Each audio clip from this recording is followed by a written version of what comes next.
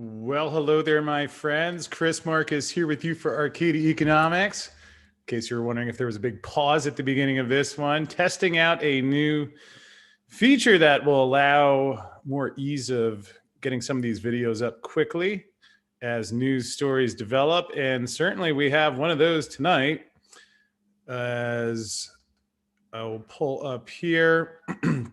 Texas grid operator warns of defaults as credit crisis develops.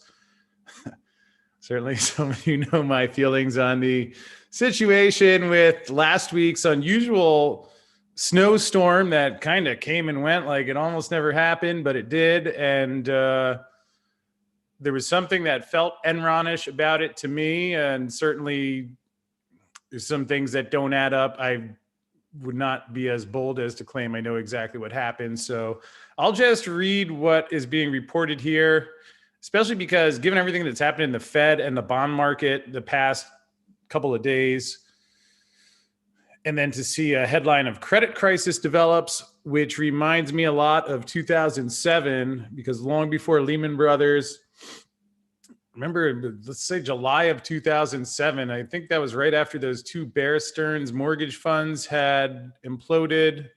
But I mean, there was clearly, I remember being on the floor and talking to my analyst, and that was the first time I'd heard the term credit crisis. So it certainly would make sense given what we're seeing. But let's dig in. Texas energy crisis has morphed from a power grid failure to a humanitarian emergency to a credit crisis as billions of dollars in power bills come due. Editor's note, this is my complete opinion. I don't know, probably could document it, but in between finding places to use the computer or to having the power out or looking for food or gas, there was a lot happening last week. But I remember early on, there was something I was reading in some article where it was just, as I read it, I thought that sounds a lot like a short squeeze is mixed in there somewhere. And yes, I have seen many people sent me articles about a policy change by Joe Biden that heard Alex Jones report on, that, if accurate as presented in what I've seen, would certainly not be a good look, shall we say. I hope that's not the case. Although, yeah, I do think that something very unnatural happened here. Let's see. So looks like we have a $50 billion bill at the end of the day, which, again, given that we already have the corona crisis, well, I mean, I wonder if this is going to boost inflation enough for Jeremy Powell. I'm guessing not.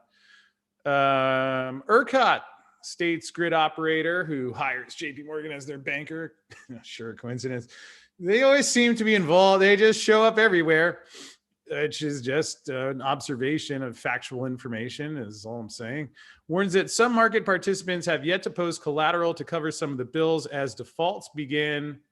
Now, it's one thing, if you don't pay your overdue library card, but obviously when you have a system as highly interconnected, as highly levered as today's Wall Street system is, where we hear banks are too big to fail because if one of them topples because of its toxic debt, that it brings the whole thing down.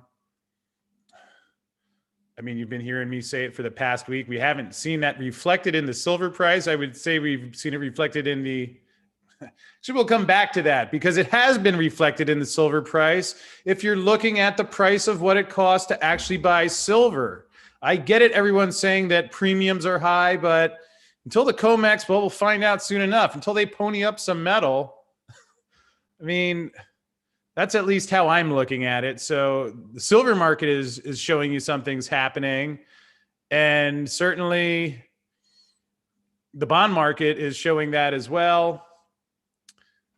Some entities have failed to deliver it. Let's see what that's about. It said market participants who buy power from them have to post collateral as a down payment on energy purchases. So this is Kenan Ogelman of ERCOT saying that there is a failure to deliver. Defaults are possible. Some have already happened. Due to surging energy prices last week and the week before, collateral requirements jumped. So essentially, I guess metaphorically the equivalent of the margin call, or maybe exactly that's the margin call, around 6 billion. So you can see that it doesn't sound good, especially, again, I'm not an expert in this matter yet, although you may be hearing more about this on the channel in the future. Public Utility Commission of Texas ordered the grid operator on Monday to use discretion on settlements, collateral obligations, and payments.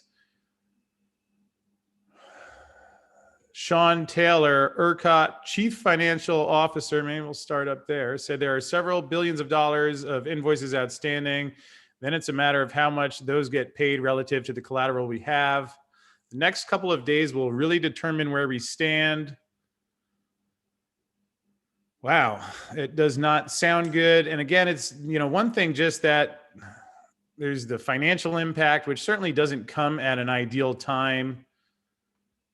And then, but you have the defaults, which I'll see if I can get someone who is an expert in that particular field. In fact, I think we will have Matt Carr of QCI Partners coming back on later tonight to dig through the bond market mayhem today. I'm sure he'll have some opinions on this, hopefully tonight. Track him down when we wrap up here. But anyway, in the midst of a bond market crisis, which I promised you a little more coverage. It's gone back up again since this afternoon.